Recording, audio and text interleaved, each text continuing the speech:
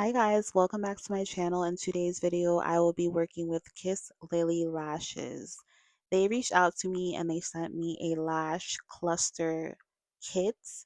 So of course you get your tweezers, your bond and seal, your remover, and you get 8 mm to 18 mm lashes. So these lashes have like a really pretty spike effect in the middle. The style of the lash is called manga. These are so beautiful, and this is the tweezer. It has the brand logo on it.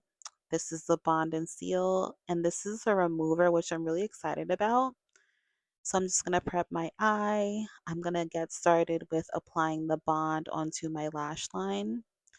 Some people go in sections. I like to just get the whole lash line done in one swipe, and then I add the clusters. This glue goes on really smooth. It's not tacky or gunky, and it makes the process a lot easier. When you're applying lash clusters, you want to get as close as you can to the lash line without putting the lashes on the waterline because that will cause irritation. Look at that spike. These are so pretty. So typically I start off with two 18s, two 16s, and then two 14s to give me that nice cat eye effect. It always comes out super tea, super pretty.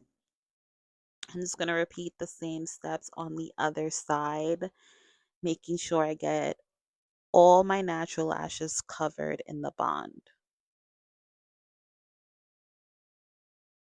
So as I finish up, I just use the tweezers to kind of clamp the lashes to my natural lashes. And then I'm going to use the seal to make sure these lashes stay in place and they're not lifting or going anywhere. And then I'm just going to dry them with my fan. Ladies, do not try this at home. Please get yourself a closed fan. I am a pro. It is recommended to let them dry at least 4 hours before getting them wet. These are the final results. Super wispy, fairy-like, just light and beautiful. I do have a discount code and a link in my description. Until next time, bye.